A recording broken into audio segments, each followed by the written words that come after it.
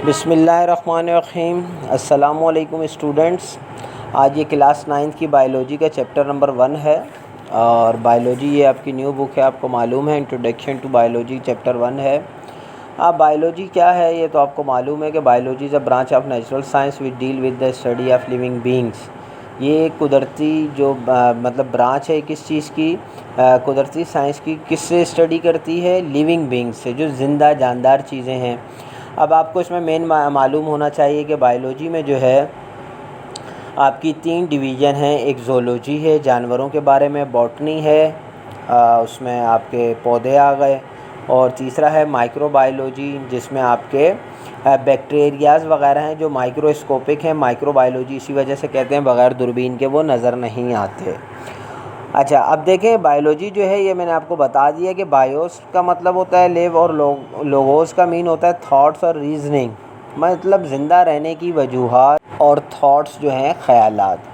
अच्छा, अब इसमें जो है ज़ाहिर है ज़िंदगी के बारे में पढ़ा जाता है। इसमें digestion, respiration, metabolism, movement, growth, development, excretion, irritability, reproduction सब आ जाता है। ठीक है।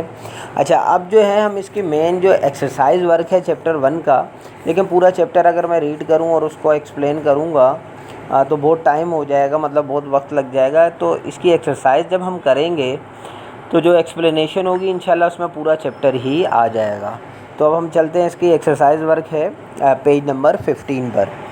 जी हाँ, तो student in circle the correct answer है a localise group of organism that belong to the same species is called a population. आपको पता है सेम स्पीशीज जो होते हैं, जैसे इस बुक में मिसाल दी हुई है पैरेट्स की। अगर एक दरख्त पर पैरेट्स ही रहते हैं तो वो सेम स्पीशीज है जिसको हम पॉपुलेशन कहते हैं। सेकंड है increase quantity and quality of fish production. ज़ाहिर है वो फ़िशरीज़ से ताल्लुक़ है, फ़िशरीज़ में हम इसको पढ़ते हैं।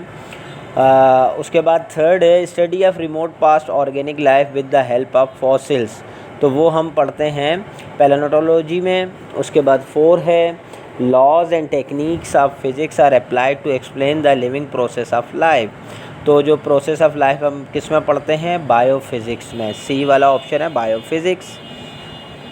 उसके बाद है चूज़ द इनकरेक्ट स्टेटमेंट, जो गलत है उसको चूज़ करना है। तो देखें फर्स्ट है 6 एलिमेंट सच एज, आपको मालूम है 6 एलिमेंट है किसके लिए? बेसिक एलिमेंट ऑफ लाइफ हैं ये। उसके बाद foundation of life based on chemical, foundation जो है लाइफ है वो बेस किस पर करती है? केमिकल पर। थर्ड है member of different species form population. देखिए अभी हमने ऊपर ही पढ़ा है सेम स्पीशीज़, डिफरेंट स्पीशीज़ जो हैं वो नहीं कहलाते बल्कि सेम स्पीशीज़ कहलाते हैं। तो ये जो स्टेटमेंट है ये गलत है। अच्छा, उसके बाद नेक्स्ट पढ़ने की ज़रूरत ही नहीं है, तो ये हमारी रॉन्ग है, हम इसको सर्कल कर देंगे सी को। उसके बाद 4 है science of diagnosis and treatment of disease. तो ज़ाहिर है उसमें जो है मेडिसन बी है और सर्जरी सी, दोनों ही साइंस ऑफ डायग्नोसिस ट्रीटमेंट में आता है। तो बी एंड सी जो डी ऑप्शन है वो सही होगा। उसके बाद नेक्स्ट पेज है पेज नंबर 16 पर। आप देखें similar cell combine together to form tissue. जो सेल कंबाइन होते हैं उससे क्या बनता है भाई? टिश्यू बनते हैं। उसके बाद 8 है scientific name of frog is Rana tigrina, ये सबको मालूम है। अच्छा, अब देखें select the correct sequence of biological organisation. अब इसमें देखें आपको अगर मालूम है तो वैसे तो बेसिक जो है हमारा ऑर्गेनिज़म जो है उसके लिए सेल ज़रूरी है, लेकिन सेल से पीछे अगर आप बुक के अंदर ही पेज नंबर 8 पर देखेंगे तो दिया हुआ है आपको एटम, मॉलिक्यूल, फिर सेल। तो इसका मतलब है जो हमारा सी वाला इसमें ऑप्शन है atom, molecule, cell, tissue and organ, ये सही है। उसके बाद 10 है वॉल्वेक्स is a polyphyletic genus of. तो वॉल्वेक्स जो है ये ग्रीन एल्गी को बोलते हैं और ये ग्रीन एल्गी है जो है, इसका आंसर ए आपका ठीक है। उसके बाद नेक्स्ट है fill in the blanks. Fill in the blanks में फर्स्ट है techniques of manipulation of gene to achieve desirable characters are called biotechnology, इसमें आएगा बायोटेक्नोलॉजी। सेकंड है distribution of different living organism in different region of the world, तो वो हम पढ़ते हैं बायोज्योग्राफी में। ठीक है। थर्ड है part of agriculture for the development of new varieties of plant and their fruit is horticulture, ये हॉर्टिकल्चर जो है ये एग्रीकल्चर के अंदर ही एक ब्रांच है जिसमें हम नए नए पौधों के बारे में और ख़ुसूसन फ्रूट्स बागात वगैरह जो हैं इसमें आते हैं, वो हॉर्टिकल्चर है। 4 है bio elements consider as vital for life और 16 इन मेंबर्स। देखें यहाँ प्रॉब्लम है, मैंने भी यहाँ पे 6 लिख दिया था। 6 जो है वो बेसिक एलिमेंट है, यहाँ बेसिक नहीं कहा, यहाँ बायो एलिमेंट्स का है तो वो 16 है। उसके बाद 5 है members of different species living in specific habitat और कॉल्ड कम्युनिटी। देखें सेम जो होते हैं स्पीशीज़ वो कहलाते हैं पॉपुलेशन, और डिफरेंट स्पीशीज़ जो है हैबिटेट मुख्तलिफ स्पीशीज़ से ताल्लुक़ रखने वाले वो कहलाते हैं कम्युनिटी। 6 है the Muslim scientist who identify many disease like tuberculosis, मैग्नीटीज़ and other such information was Abu Ali Sina. 7 है part of earth where life exist is called. जब भाई जहाँ ज़िंदगी जिस ज़मीन के हिस्से में पाई जाती है उसको हम कहते हैं बायोस्फीयर। ठीक है जी, नेक्स्ट पेज पर आ जाएं। 17 8 है foundation of life based on chemical. ये हमने सबसे पहले पढ़ लिया था। जो फाउंडेशन ऑफ लाइफ है किस पे बेस करती है, केमिकल पर, और केमिकल बेस करता है आगे आपको पता है प्रोटोप्लाज्म ऑफ सेल। 9 है fish is one of the best source of protein. और लास्ट है radio labelling and carbon dating also show some uses of radioactive isotopes in determining the age of fossils. ठीक है, अब उसके बाद देखें define the following terms हैं। ठीक है, अब ये जो टर्म्स हैं एनाटॉमी वगैरह ये सब जो टर्म्स हैं ये मैंने इसमें डिफ़ाइन कर दी हैं। फर्स्ट है anatomy, the study of any internal parts of living organism by cutting them open. जो हम प्रैक्टिकल में जैसे फ्रॉग को कट करते हैं तो ये एनाटॉमी में पढ़ा जाता है। उसके बाद है entomology, the study of insect and how they interact with their environment other species and humans. Insect के बारे में पढ़ते हैं कि वो किस तरह अपने इन्वायरमेंट से और दूसरे जो इंसान और जानदार हैं उनसे उनका कैसे रिलेशन है। फिर है animal husbandry, it deal with the care and breeding of animals which are beneficiary for man. जैसे कि फॉर्म्स हैं, कैटल फॉर्म है, पोल्ट्री फॉर्म है, फ़िश फॉर्म है, तो इसमें हम इसके बारे में पढ़ते हैं। हिस्टोलॉजी में जो है हम पढ़ते हैं the study of structure of tissues of plant and animals, दोनों यानी प्लांट और एनिमल के टिश्यूज़ के बारे में। उसके बाद है biometry, the branch of mathematics which collect data of living organism. ये यानी ब्रांच है मैथमेटिक्स की जिसमें हम डेटा जमा करते हैं जानदारों के बारे में। फिर उसके बाद है 6 bio elements, any chemical element that is found in the molecules and compound that make up a living organism. यानी हम इसमें बायो एलिमेंट, बायो वही जानदार की बात आ गई कि ऐसे केमिकल एलिमेंट्स को पढ़ते हैं जो मॉलिक्यूल और कंपाउंड्स में पाए जाते हैं जिससे एक जानदार बनता है। उसके बाद है इम्यूनोलॉजी, इम्यूनोलॉजी नाम से ही ज़ाहिर है इम्यूनिटी सिस्टम के बारे में हम पढ़ते हैं। इम्यूनिटी आपको पता है हर जानदार के अंदर है। उसके बाद है बायोजियोग्राफी, अभी हमने पहले बताया कि जो मुख्तलिफ़ रीजन्स में रहने वाली जो जानदार हैं, it deal with the distribution of different living organism in different geographical region of the world. पूरी दुनिया के अंदर जो जोग्राफिकल वर्ल्ड है उसमें जो ऑर्गेनिज्म, लिविंग ऑर्गेनिज्म रह रहे हैं उनके बारे में हम इसमें पढ़ते हैं। उसके बाद है pharmacology, the study about action of drugs, इसमें जो है दवाओं का जो एक्शन होता है, रिएक्शन होता है, उसके बारे में पढ़ते हैं। फिर है surgery, surgery deal with repair, replacement और रिमूवल ऑफ इफ़ेक्टिव ऑर्गेन्स।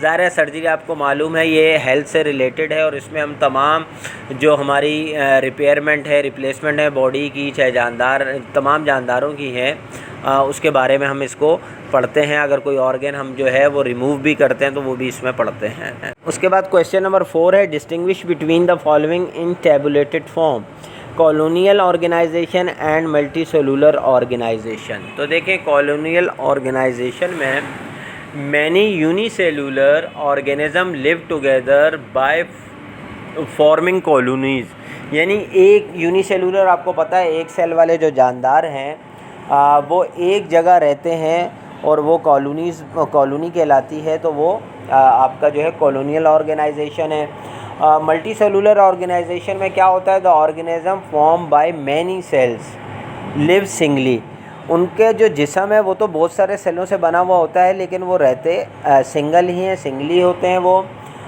फिर उसमें सेकंड है each unicellular organism live its own life in colony, यानी अब वो कॉलोनी में तो रह रहे होते हैं यूनिसेलुलर, लेकिन वो अपनी ज़िंदगी, उनका किसी और से कोई इंटरेक्शन नहीं है, वो अपनी लाइफ गुजार रहे हैं।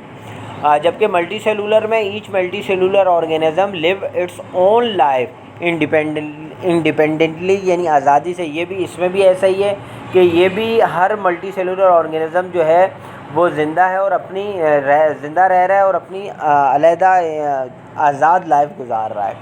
फिर थर्ड है they carry out the process of life as a single cell. ये अपनी पूरी जो लाइफ गुजारते हैं वो है सिंगल सेल के तौर पर गुजारते हैं, जबकि they carry out specific function to contribute to life process. लेकिन ये जो है मल्टी सेलुलर, ये अपनी लाइफ जो है उनके कुछ स्पेसिफिक फंक्शन होते हैं जो लाइफ प्रोसेस में कंट्रीब्यूट कर रहे होते हैं। अब इसमें एग्जांपल क्या है, वॉल्वेक्स is a green algae an example of colonial form of organisation. जबकि वहाँ पे एग्जांपल है आपके पास फ्रॉग है और मस्टर्ड प्लांट है। आपने पढ़ लिया होगा मस्टर्ड प्लांट के बारे में, जिसको सरसों का पौधा कहा जाता है। नेक्स्ट डिफ्रेंशिएट है एग्रीकल्चर एंड हॉर्टिकल्चर। ये मैंने आपको अभी बता दिया। एग्रीकल्चर में पूरा ज़रात एग्रीकल्चर आपका आ जाता है, फूड से रिलेटेड तमाम चीज़ें। हॉर्टिकल्चर जो है वो इसके अंदर ही एक छोटी सी ब्रांच है, फिर भी ये पढ़ के मैं बता दूं आपको। Agriculture is the practice of farming and cultivation in order to produce food. इसमें क्या होता है, एग्रीकल्चर में ऐसी फार्मिंग है जिसमें फसलें उगाई जाती हैं, ग़िज़ा उगाई जाती है। दुनिया भर में जितने भी अजनास हैं, ग़िज़ाई अजनास, वो इसमें पैदा किए जाते हैं। जबकि horticulture is a act of cultivating a garden for fruits और vegetable and also maintaining it. इसमें क्या है, गार्डनिंग आ जाती है जिसमें आप या तो फल वाले पौधे लगा लें या वेजिटेबल सब्ज़ी वाले पौधे लगा लें, हॉर्टिकल्चर में आ जाता है। लेकिन है ये ब्रांच एग्रीकल्चर ही की। सेकेंड है यूजली एग्रीकल्चर कॉस्ट मोर। जो ज़रात है उसमें अमूमन जो ख़र्चा है, कॉस्ट है, वो ज़्यादा होती है, जबकि हॉर्टिकल्चर में इज़ नॉर्मली लेस एक्सपेंसिव, ये कम खर्च होती है।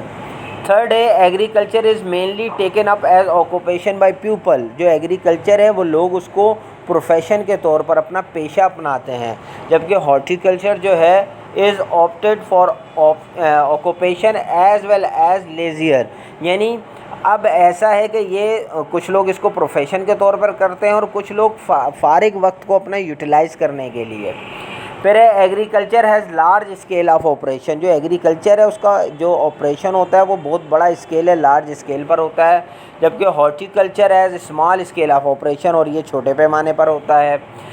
अच्छा, agriculture yields a higher output. जो एग्रीकल्चर होती है ज़रात, उसमें आपका जो आउटपुट होता है वो बहुत ज़्यादा आता है, जबकि less output as compare to agriculture, जबकि हॉर्टिकल्चर में जो आउटपुट है वो बहुत कम आता है। नेक्स्ट क्वेश्चन है write short answer of following question. First question है why subject biology is name as a multi dimensional subject. इसमें मैंने ये आंसर लिख दिया है। मल्टी डायमेंशनल सब्जेक्ट इसलिए कि एक से ज़्यादा टास्क होते हैं, ये दूसरी साइंसेस से भी इसका ताल्लुक़ होता है, इसलिए इसको हम मल्टी डायमेंशनल सब्जेक्ट कहते हैं। ठीक है, अब इसमें आप उसको ज़्यादा मैं डिटेल से पढ़ूंगा तो बहुत लंबी वीडियो हो जाएगी। सेकंड है how farming profession helps Mankind. ज़ाहिर है भाई, इंसान अगर ज़िंदा है तो वो फार्मिंग की ही वजह से है, यानी फार्मिंग जो है वो बहुत ज़रूरी है और उसमें इंसानी ग़िज़ा जो है और प्रोटीन और हर तमाम चीज़ें मतलब उसमें वो पूरी की जाती हैं। थर्ड है why species is called as smallest taxonomic level. जो स्पीशीज़ हैं वो छोटे टैक्सोनॉमिक लेवल पर उनके बारे में जो है इसमें आंसर में बताया गया है, क्योंकि इसमें जो है जो पर्टिकुलर स्पीशीज़ होते हैं उनके जो करैक्टर हैं वो भी सिमिलर होते हैं, और जबकि इनका ऑर्गेनिज़म भी सिमिलर टाइप का होता है। फोर है how population is different from community. वो मैंने आपको बता दिया, पॉपुलेशन जो है वो किसी एक परिंदा हो, जानवर हो, जैसे मैंने पैरट्स की इस बुक में एग्जांपल दी है, वो पॉपुलेशन कहलाते हैं, यानी सेम स्पीशीज़। जबकि डिफरेंट स्पीशीज़ जो हैं वो कम्युनिटी कहलाते हैं, यानी एक ही दरख्त पर मुख्तलिफ परिंदे हैं तो वो डिफरेंट स्पीशीज़ मतलब हैं तो वो कम्युनिटी हैं। How new varieties of plant are produce. तो ये जो आपका क्वेश्चन है कि किस तरह जो है नई वैरायटीज़ के जो है पौधे वो पैदा किए जाते हैं। अब इसमें ज़िक्र वही हॉर्टिकल्चर का है, जिसके तहत जो है न्यू प्लांट्स के बारे में इसमें जो है आपके तजर्बात किए जाते हैं। अच्छा, लास्ट है draw level diagram of frog digestive system, आपकी बुक में दी हुई है, वो आप ड्रॉ कर सकते हैं। नेक्स्ट है write detail answer of the following question. अब ये डिटेल क्वेश्चन है, describe the role of Muslim scientist in the field of biology. तो ये मैंने इसमें जो है इसका आंसर आपको दे दिया है। तमाम जो हैं हमारे लॉन्ग क्वेश्चन, जैसे describe the relationship of biology to other sciences और describe the level of organisation, ये तमाम के आंसर अब उनको रीड करना और बताना, ये सिर्फ आपको लर्निंग के लिए हैं, वो आप खुद इसको देख लें। रोल ऑफ मुस्लिम साइंटिस्ट में जाबिर बिन हय्यान है, अब्दुल मालिक अस्माई है, अबू अली सीना है। तो इनकी तमाम चीज़ें जो इम्पोर्टेंट हैं वो इसमें लिख दी गई हैं। उसके बाद बायोलॉजी एंड अदर साइंसेस जो है रिलेशनशिप है, उसमें बायोफिज़िक्स है। बायो वही आपको बता दिया गया था, the science that deal with the application of physics to biological process and phenomena. देखें अब क्योंकि डायमेंशनल है ये बायोलॉजी का सब्जेक्ट, तो ये फ़िज़िक्स से भी है, तो इसमें वो साइंस जिसमें हम जो है फ़िज़िक्स की एप्लीकेशन है, बायोलॉजिकल प्रोसेस जो है वो फिनोमिना है, जैसे रेडियो फिज़िक्स है, रेडियो एक्टिव आइसोटोप्स है, वो हम इसमें पढ़ते हैं। फिर है बायोमैथमेटिक्स या बायोमेट्री, जिसमें मैंने पहले भी बताया था लिविंग ऑर्गेनिज्म का डेटा जो है उसको जमा किया जाता है। बायोजियोग्राफी बता चुका हूँ, biogeography is the study of the distribution of species and ecosystem in geographic space and through geological time, यानी पूरी दुनिया में जो स्पीशीज आपके जो लिविंग ऑर्गेनिज्म हैं उनकी डिस्ट्रीब्यूशन है उसके बारे में पढ़ते हैं।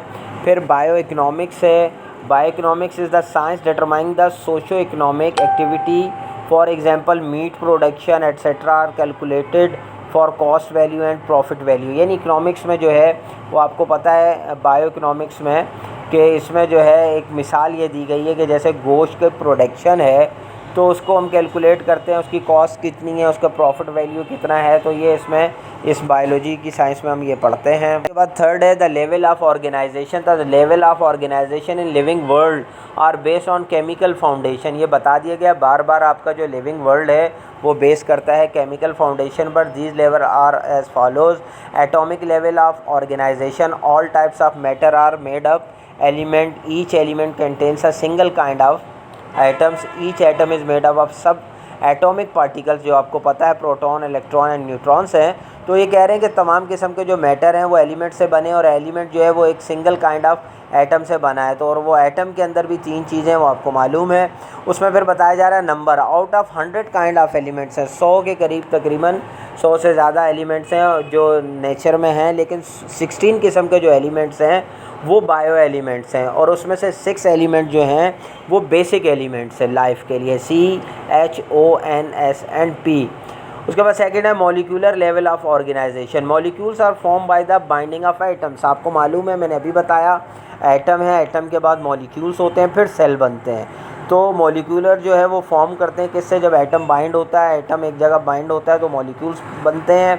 These organic molecules of cell, ये ऑर्गेनिक मॉलिक्यूल्स जो होते हैं ये सेल्स, मतलब आगे सेल्स बनते हैं और वो कहलाते हैं बायो मॉलिक्यूल्स। उसके बाद है माइक्रो मॉलिक्यूल्स। अब माइक्रो में और मैक्रो में 2 चीज़ें हैं। यहाँ सिर्फ माइक्रो के बारे में बताया गया है, मैक्रो भी है, आपकी बुक में मौजूद है। यहाँ पे माइक्रो में glucose, amino acid and fatty acid जो है वो माइक्रो मॉलिक्यूल, जबकि जो है मैक्रो में जो है वो कार्बोहाइड्रेट्स, प्रोटीन्स, ये आप जो है मैक्रो मॉलिक्यूल्स में पढ़ते हैं। वो यहाँ नहीं दिया हुआ, बुक में आपकी पेज नंबर 8 पर दिया हुआ है। उसके बाद है सेलुलर लेवल ऑफ ऑर्गेनाइजेशन।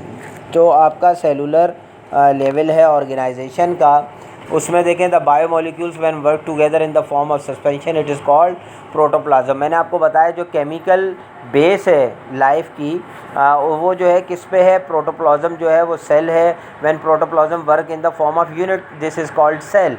वो एक यूनिट के तौर पर काम करता है जिसको हम सेल कहते हैं। The different type of tissues arrange in particular manner to work together are called organs.